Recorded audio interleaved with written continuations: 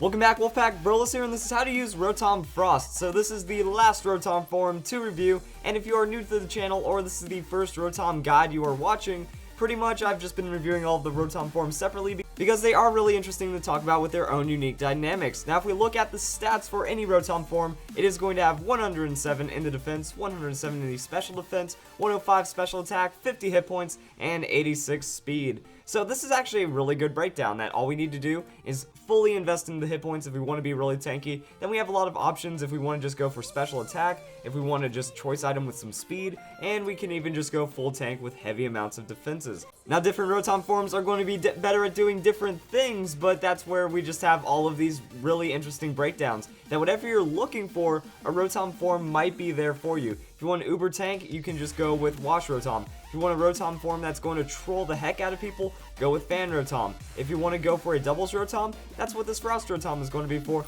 And if you want just kind of like a choice Scarf Sweeper, that's when you go for Mow or Heat Rotom.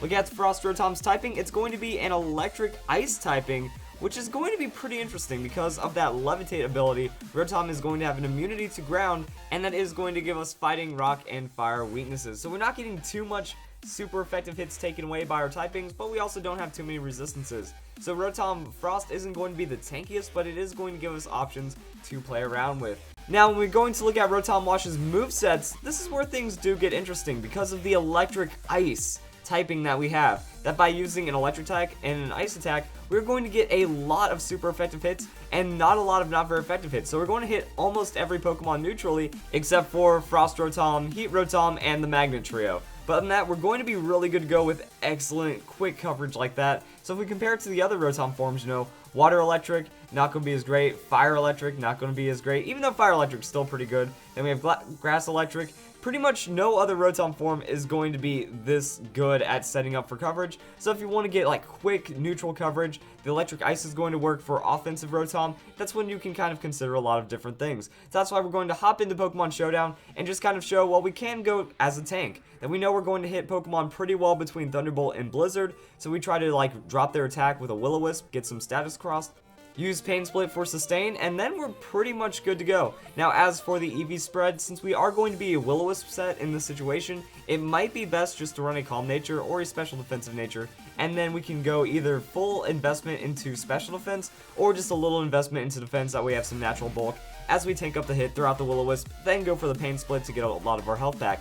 Now that's going to be one of the main ways of using any Rotom form, so you throw out the Will-O-Wisp, and since against sweeper Pokemon you're going to be slower, that's when you just kind of use predictive skills, understanding how much damage you're going to take, use the Pain Split when they're still at a relatively high amount of health, get free health back from that, Leftovers is going to heal you up quite a bit as well, then you just go for a finishing hit with Blizzard or Thunderbolt. Now the problem with Rotom-Frost, that Blizzard is kind of the worst move out of all of the Rotom forms, that each Rotom form gets an exclusive move, Air Slash, Hydro Pump, Blizzard, Overheat, or Leaf Storm. Now with Rotom-Frost, it has the lowest accuracy and some of the lower base power on it. Hydro Pump has the same base power but better accuracy. Leaf Storm and Overheat, while they do have their special attack drawbacks, more base power and only 90% accuracy, and Air Slash is just a low base power gimmick. So if you're wanting to play for consistency, Rotom-Frost isn't going to have that, but at the same time, the only reason why you want to run these Rotom forms is for their tanky consistency. That if you've gone up against a Rotom, which I'm pretty sure you've either used one or gone up against one, you know exactly how tanky this Pokemon is, and you know that it's a pretty beastly Pokemon to have to deal with. Also with Rotom-Frost does have the second highest amount of weaknesses, so that does give it a lot of problems, which is why we might just consider it in doubles. In doubles, you can be a nice little tanky Pokemon. I was thinking just go like Choice Specs Blizzard. If you have a Pokemon that brings Hail, Choice Specs Blizzard Hail with the Rotom-Frost, that's going to be pretty solid because now you're going to be a really bulky Pokemon, throwing out an immense amount of damage from the Blizzard, and you also have Discharge options. Discharge is going to hit all the Pokemon on the field, so depending if you're more going for Discharge, you can have Protect or a Ground-type Pokemon to keep you safe, even a Pokemon with Telepathy or something. You can get a lot of good combos going, and just go for maximum damage against both of your opponent's Pokemon, and there can be a lot of setup options for this. Now while 86 speed is still kind of fast, you can also just go for pure sweeper, go into choice scarf. Now we're going to try to outspeed 130ish base speed Pokemon and get a lot of damage down, or somehow even reverse it. That we can even go for a quiet nature and try to get Rotom in on a Trick Room team. So Trick Room is going to be a little more interesting because that's like you have the other Pokemon setting up Trick Room, then you have to get something going for the Blizzard, then you're playing with accuracy. But at the same time, it would just be nice that they could have more damage from choice specs or the freedom of a different item that could really help you out while keeping a lot of your tankiness instead of having to be a glass cannon to outsweep all of your opponents.